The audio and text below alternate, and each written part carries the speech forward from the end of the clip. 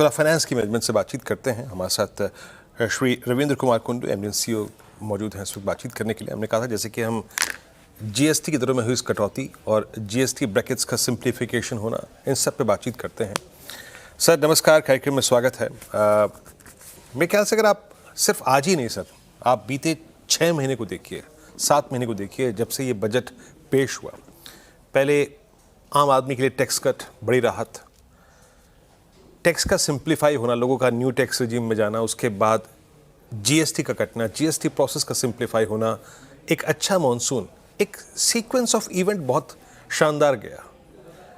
Exactly इन सब के बल पर आपको ये जो kick start of this festival season, वो कैसा लग रहा है? पहली प्रतिक्रिया आपकी जानना चाहूँगा चोला फाइनेंस के माध्यम से कि कैसा लग रहा है आपको किक स्टार्ट इस फेस्टिवल सीजन का?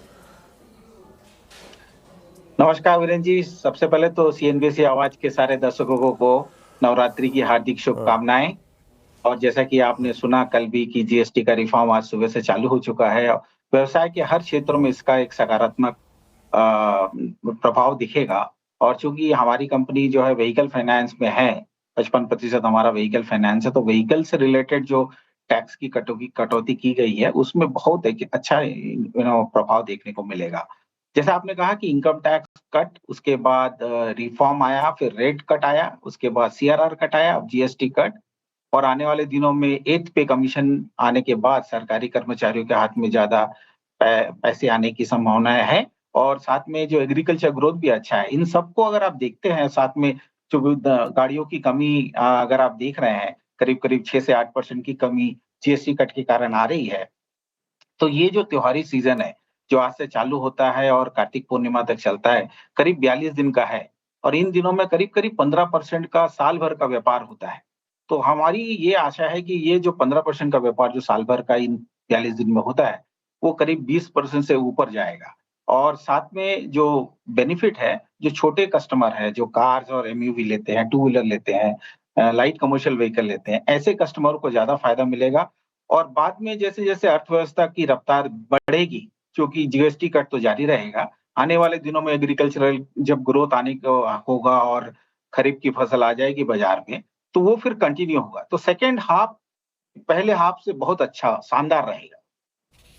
Okay, that's good. ये आपने जैसे कि कहा कि ये 3 महीने जिसमें एक सब्सटेंशियल बिजनेस होता है और एंटायर फिस्कल वो अच्छा रहेगा। 20% का इजाफा आप बात कर रहे हैं।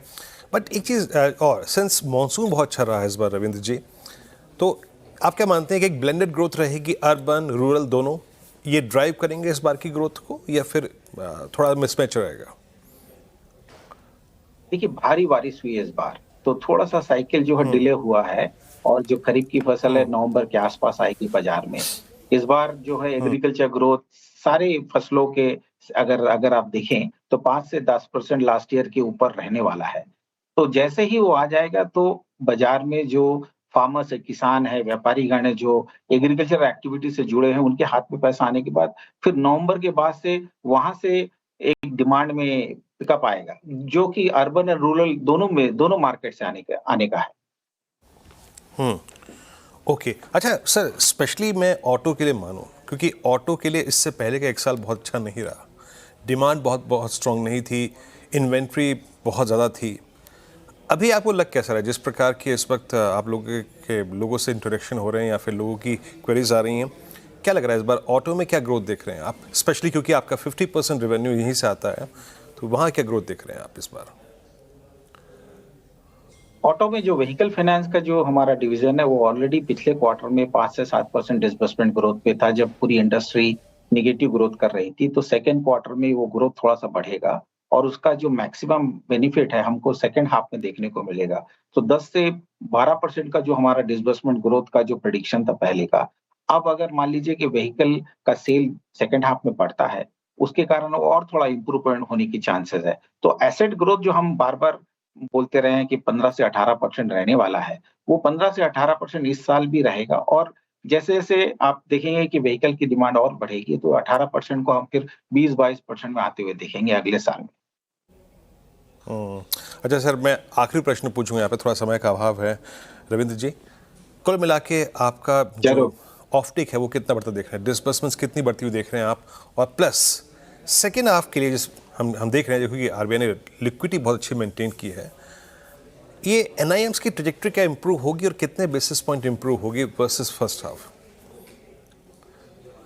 देखिए, एक तो आपका जो ग्रोथ का प्रश्न है, वहां पर हम अभी करीब करीब 23% के रफ्तार से ग्रो कर रहे हैं, जो हमारा ग्रोथ उसी लेवल पे मेंटेन रहने वाला है। ये एसेट ग्रोथ की बात कर रहा हूँ। और निम जो है, पिछले साल की तुलना में करीब 20% माने 20 बेसिस पॉइंट ऊपर जाने की संभावना है।